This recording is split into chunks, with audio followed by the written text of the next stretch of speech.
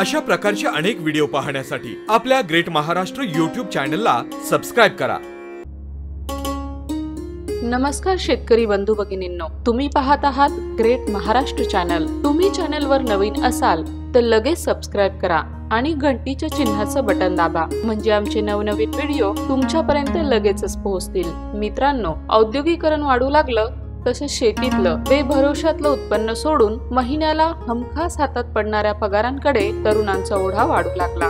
12वी किंवा पदवी पर्यंत शिक्षण घेऊन कारखान्यात किंवा कंपन्यांमध्ये चांगली नोकरी करून शहरातच राहायला तरुण प्राधान्य देऊ लागले। परिणामी मागे राहिलेली वडिलोपार्जित एकरभर ऐसपैस शेतजमीन शहरातल्या काही 100 स्क्वेअर फुटाचा तुकडा आवाजवी किमतीत खरेदी करण्यासाठी विकली जाऊ लागली किंवा त्या शेतीचे भावकीमुळे लचके तोडले जाऊ लागले। शेती आकसत गेली, गावं ओस पडत गेली आणि शहर श्रीमंतीची सूज आल्याप्रमाणे अद्रकासारखे विचित्र वाढत राहिले। शेती आणि नोकरी दोन्ही कष्टाचीच कामे, पण शेती जरा जास्त कष्टाची आणि धाडसाचीही। तिला हाताच्या फोडाप्रमाणे जपावं लागतं, पावसावर भरोसा ठेवावा लागतो आणि नाहीच झाला एखाद्या वर्षी पाऊस तर धीराने पुन्हा पुढच्या पावसाच्या तयारीला लागून पुन्हा मशागतीला लागावं लागतं। नोकरीत हे कष्ट नाही, दिवसाला ठरलेल्या वेळेचं काम करायचं आणि महिन्याच्या पहिल्या तारखेला पैसा हातात। पण चक्र फिरली, एक विषाणू आला आणि त्याने अभिमानाने हवेत उडणाऱ्या माणसाला त्याच्या जमिनीशी पुन्हा नातं जोडायला भाग पाडलं। कंपन्यांमध्ये नोकऱ्याच नाही,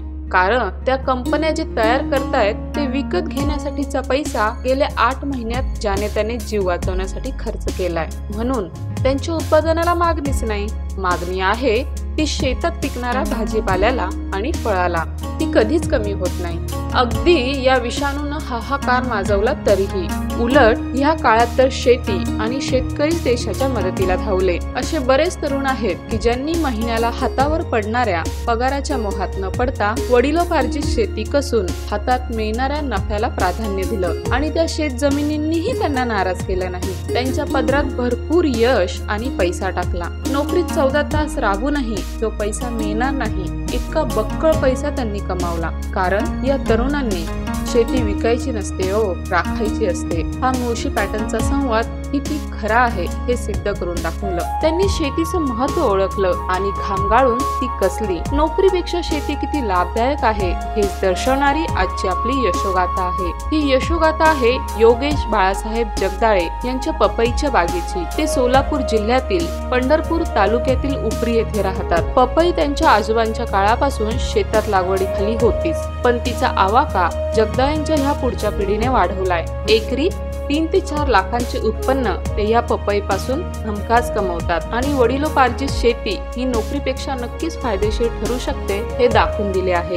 पपईसाठी जमीन आणि हवामान कसं असावं, ते कोणतं वाण या बागेसाठी निवडतात आणि का, पपई पिकाची लागवड कशी करतात आणि पाणी कसं देतात, पपई पीक काढायला आलं हे ते कसं ओळखतात, तसेच ते किती महिन्यात काढणीसाठी येते, अशा अनेक प्रश्नांची उत्तरं त्यांनी आज ह्या मुलाखतीत दिली आहे। चला तर मग पाहूयात योगेश बाळासाहेब जगदाळे यांची संपूर्ण मुलाखत आणि त्यांच्या पपई पिकाच्या यशामागचे सूत्र। तर मंडळी, ही माहिती कशी वाटली कमेंट मध्ये जरूर कळवा आणि आपल्या ग्रेट महाराष्ट्र चॅनलला लगेच सबस्क्राइब करा, जेणेकरून आमचे नवीन व्हिडिओ लवकर पाहता येतील। जय महाराष्ट्र, ग्रेट महाराष्ट्र।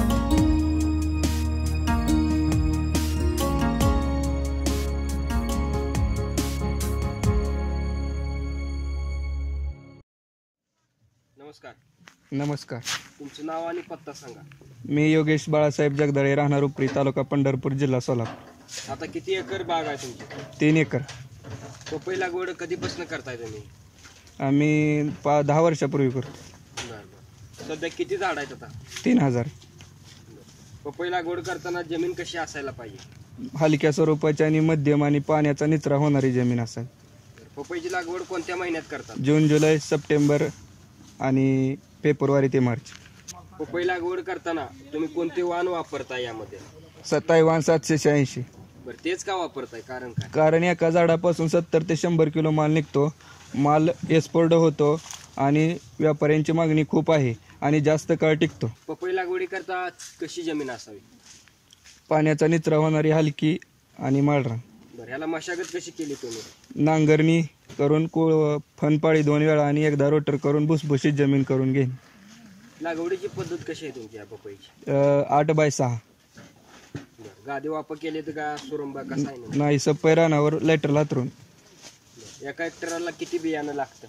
एका हेक्टरला 2450 रोपं लागतात. एका एकराला 900 झाडं लागतात. मशागतीच्या वेळी शेणखताची आणि सेंद्रिय खताची मात्रा किती असायला पाहिजे? एका एकरासाठी 4 डंपिंगचे कुजलेले शेणखत आणि कंपोस्ट खत मिसळून एकत्रित करून 4 डंपिंग टाकावे. लागवडीसाठी रोप लावताना लिंबोळी पेंडीचा वापर करावा. पपई शेतीसाठी पाण्याचं नियोजन कसं असायला पाहिजे? पपई हे पीक आत्मशोष असल्यामुळे नाजूक असल्यामुळे त्याला झाडाच्या आवश्यकतेनुसार आणि वातावरणानुसार पाणी दिले जाते. कोणत्या वातावरणात ह्या पपईची जास्त काळजी घ्यायला लागते आपल्याला? पावसाळ्यात पाण्याचा निचराव करणे आणि थंडीच्या दिवसात रोगापासून संरक्षण करणे. लागवडीची वेळ सगळ्यात चांगली कोणती, सकाळी की संध्याकाळी लागवड करता? लागवड ढगाळ वातावरणात दुपारनंतर करावी, संध्याकाळी. बरं. आणि खुरपणी ही वगैरे कधी करता तुम्ही? लागवडीनंतर एक 25 ते 30 दिवसात, परत नंतर महिन्याला एक खुरपणी केली जाते. आंतरमशागत कशी करता तुम्ही? आंतरमशागत 4 महिन्यानंतर, झाडाची वाढ झाल्यानंतर 4 महिन्यांनी प्रत्येक झाडाला 2 पाटी शेणखत टाकून बेसल डोस टाकून ट्रॅक्टरच्या साहाय्याने माती लावली जाते वरिंब्याला. रोग आणि कीड ह्या पडल्यावर तुम्ही काय काय फवारता वगैरे, त्यासाठी काय काय नियोजन करता? पपई पिकाला बुंदासड, करपा, थ्रिप्स, व्हायरस आणि मलीबग या रोग येतात. त्याला काय उपाय करता? M45, थायरोसिस 7, रिडोमल गोल्ड, व्हायरसॉन, ताक इत्यादींचा वापर करतो. हे किती दिवसात करावं लागतं आणि त्याचं नियोजन कसं असतं? हे फळ लागल्यावर 5 महिन्यानंतर पुढं रोग येण्याची शक्यता असते. तिथून पुढे प्रत्येक 15 दिवसाला एक फवारणी केली जाते. बरं. लागवडीनंतर किती दिवसांनी हे फळ काढणीला येतं? हे 7 ते 8 महिन्यानंतर लागवडीपासून काढण्याला येतं. आणि साधारणपणे किती उत्पन्न निघतं एकरी? एकरी एका झाडापासून 70 ते 80 किलो माल निघतो. 100 किलो पतवर एकरी 60-70 टन माल निघतो. बरं. मग साधारणपणे म्हणजे हे फळ काढणीला आलं हे कसं समजायला लागतं, म्हणजे आपण कसं समजायचं? या लाल 2 उभ्या पट्टे पडतात या झाडाला. नंतर काढणीला एक झाडाला एक पट्टा पडून फळ काढणीला येतं. सध्या तुमची किती एकर पपईची शेती आहे? आमची संपूर्ण 5 एकर आहे. त्यातील 2 एकर लेट आहे आणि 3 एकर चालू आहे. ही पपईच लागवड करायची हे तुमच्या डोक्यात कसं काय आलं आणि तुम्ही कसं काय हा निर्णय घेतला? हे आमच्या आजोबांपासून पूर्वी चालू होती. आजोबा 1 एकर लावत होते, पण आम्ही विचार केला ह्यातून खूप पैसे मिळत असल्यामुळे एकरी 4-5 लाख रुपये आम्ही 5 एकर निर्णय घेतला. आणि दादा बोडके यांच्या मार्गदर्शनाखाली आणि आमच्या आजोबांच्या मार्गदर्शनाखाली आम्ही 5 एकर बाग लावलेली आहे. सध्या यातून किती तुम्हाला उत्पन्न मिळालं? आम्हाला आता पतवर 7 ते 8 लाख रुपये उत्पन्न निघेल आणि 10 ते 12 लाख अजून अपेक्षित आहे. आणि नवीन शेतकऱ्याने जर पपई लागवड करायची असेल तर त्यांना तुम्ही काय सल्ला द्याल? त्यांनी 786 तैवान या जातीचीच निवड करावी आणि तोच लावावी. 5 महिन्यानंतर त्यांनी वेळेवर फवारणी करावी. शेतकऱ्यांना शेवटचा संदेश काय द्याल तुम्ही ह्या व्यवसायाविषयीचा, या शेतीविषयीचा? हे फळ आपल्याला 8 महिन्यात भरपूर पैसे मिळवून देते. ऊसापेक्षा ऊसाला 18 महिने लागतात. पपई बागेतून आपल्याला महिन्याच्या महिन्याला 8 दिवसाला पैसे मिळतात. धन्यवाद. अशाच प्रकारचे अनेक व्हिडिओ पाहण्यासाठी लगेच ग्रेट महाराष्ट्र या यूट्यूब चॅनलला सबस्क्राईब करा.